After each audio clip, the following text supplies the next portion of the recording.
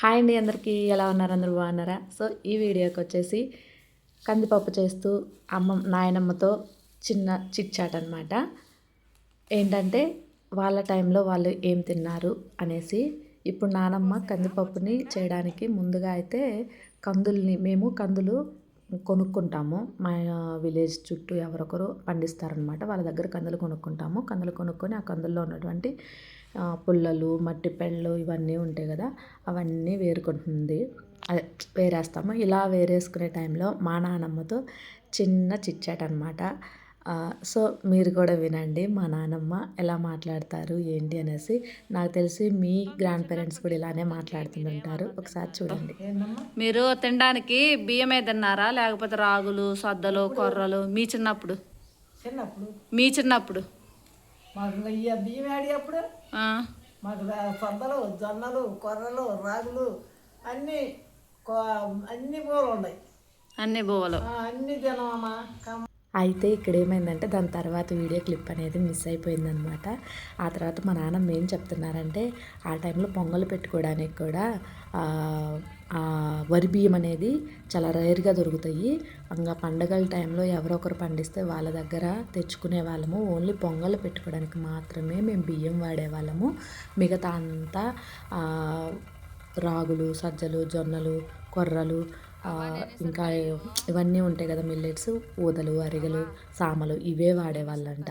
So చూడండి, వాళ్ళు ఆ టైంలో అలా తిన్నారు కాబట్టి ఇప్పటికి కూడా మా నాన్నమ్మ ఇంత ఈజీగా పని చేయగలుగుతుంది. అదే మనం అయితేనా దేవుడా, ఒక్కరిని కనేసరికి అయిపోతుంది. ఆ ఒక్కరిని చదివిచ్చి వాళ్ళని పెంచేసరికి మన పరిస్థితి అయితే మనం 30స్కే ముసలి వాళ్ళం అయిపోయామన్నమాట. సో ఈ కందులు అయితే మంచిగా చేసి పెట్టుకున్నారు కదా కందులు. ఆ కందుల్ని ఒక పొయ్యి పెట్టుకొని ఆ పొయ్యి మీద మట్టి కుండ కానీ లేదంటే ఏదైనా పాతది తపాలు కానీ పెట్టుకొని దాంట్లో మీడియం ఫ్లేమ్ మీద మంచిగా వేయించుకుంటారనమాట. వేయించిన తర్వాత ఒక రోజంతా ఎండలో ఉంచి, అలా ఎండలో ఉంచిన తర్వాత మరుసటి రోజు ఇలాగైతే కందిపప్పునైతే తయారు చేస్తారు. ఈ కందిపప్పుని తిరగలిలో వేసి చేస్తారు. ఇదిగో తిరగలి అంటే ఇదేనమాట. ఇది రాయితో చేసి ఉంటుంది. దీనికి అటు ఇటు మనము సపోర్టింగ్గా ఒక ఒక పుల్ల కావాలి కదా, ఆ పుల్లని ఫిట్ చేసుకోవడానికి అటు ఇటు 2 హోల్స్ ఉంటాయి. తర్వాత గింజలు లోపలికి పోవడానికి, అలాగే కింద ఒక రాయి ఉంటుంది, పైన ఒక రాయి ఉంటుంది. ఆ రాయి ఈ రాయి మధ్యలో ఒక పుల్ల ఉంటుంది అనమాట. ఎందుకంటే దానికి మధ్యలో పై రాయిని దాని మీద పెట్టడానికి.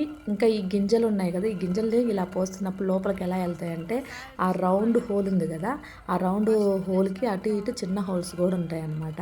చిన్నప్పుడైతే ఇలా తిప్పడం అంటే చాలా ఇష్టము. మేము ఆడుకుంటా కూడా గర్ర గర్ర గర్ర గర్ర తిప్పేవాళ్ళం. ఎవరైనా పెద్దవాళ్ళు ఉంటే తిట్టేవాళ్ళు అనమాట. అట్లా ఉట్టి తిప్పకూడదు, తిప్పొద్దు అని చెప్పి అరిచేవాళ్ళు. ఇంకా ఇట్లా ఎవరైనా చేసేటప్పుడు కనుక నేను చేస్తానని ఇంకా మారం చేసి తీసుకున్నాం అనుకోండి, పప్పు అంతా ఏమవుతుందంటే పిండిలాగా అవుతుంది, పప్పులాగా రాదన్నమాట. అయితే నాయనమ్మ నాకు నేను చేస్తాను అంటే ఏం చేస్తావులే వద్దులే అని, లేదు నేను చేస్తాలేమో అని నేను కొంచెం సేపు తిప్పాను అనమాట. నేను తిప్పుతుంటే మా నాయనమ్మకి నచ్చలేదు.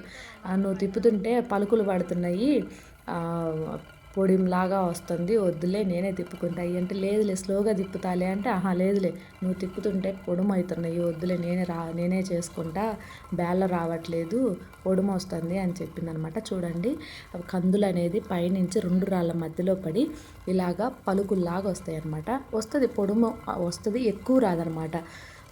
సో ఇలాగా అప్పటి టైంలో కందిపప్పు అయినా, మినపప్పు అయినా, పెసరపప్పు అయినా, పచ్చిశనగపప్పు అయినా ఇలానే చేసేవాళ్ళు. కాకపోతే కందిపప్పును మాత్రం వేయించి కందిపప్పు చేసేవాళ్ళు. ఇక మినప్పప్పుని, అలాగే పెసరపప్పుని, ఇంకా శనగపప్పుని అయితే అవి ఎండపెట్టేసుకొని ఇసురుకుంటారనమాట. ఇసురుకున్న తర్వాత చూడండి, ఇది రాళ్ళు తీసేసి పక్కన పెట్టేసిన తర్వాత ఇలా మనం ఇసురుకున్నాం కదా, ఆ ఇసురుకున్న కందిపప్పును డైరెక్ట్గా చాట్లో వేసి చెరుక్కుంటే అంత పొట్టు రాదనమాట. ఇంకా కందిపప్పు ఆ పొట్టులో ఇరుక్కుపోయినట్టు ఉంటుంది.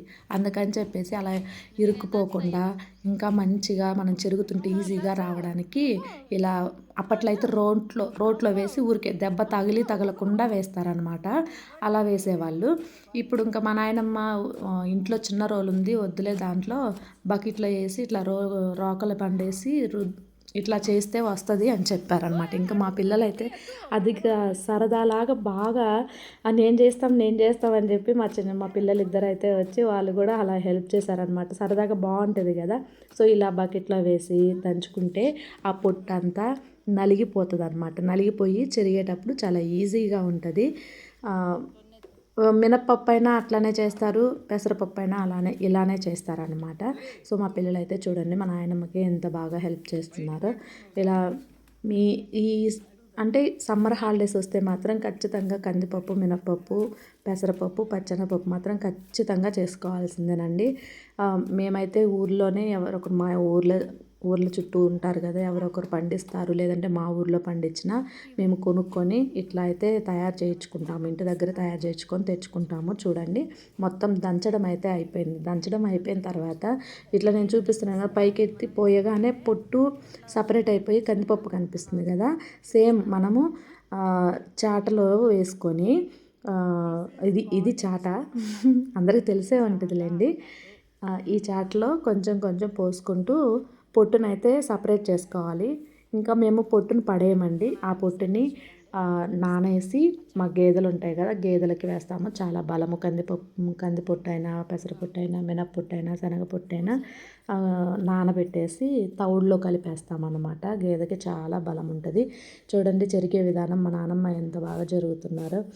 నేను కూడా చెరగడానికి ట్రై చేస్తాను, పర్లేదు నాకు కూడా వచ్చు. మరి మా నాన్నమ్మ మా అమ్మ వాళ్ళంటే బాగా ఎక్స్పీరియన్స్ కాబట్టి మంచిగా చేస్తారు.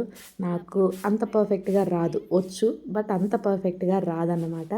చూడండి ఎంత ఈజీగా సపరేట్ అయిపోయిందో.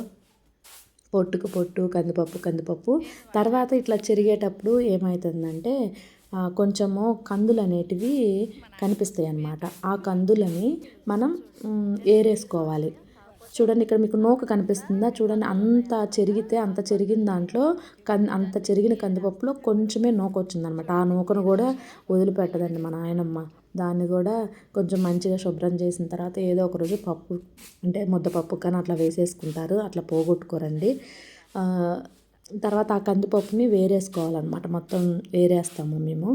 సో ఇలా అయితే కందిపప్పు ప్రాసెస్ అనేది ఇలా చేస్తారు. అప్పట్లో అయినా ఇప్పట్లో అంటే ఇప్పుడు మిల్లులు అవన్నీ వచ్చినాయి కాబట్టి, లేదంటే అందరు కొనుక్కుంటారు. మేమైతే మ్యాక్సిమం మా ఊర్ల సైడ్ ఏమైనా దొరికితే మాత్రం ఖచ్చితంగా అవి కొనుక్కొని చేసుకొనే మేము వాడుకుంటాము.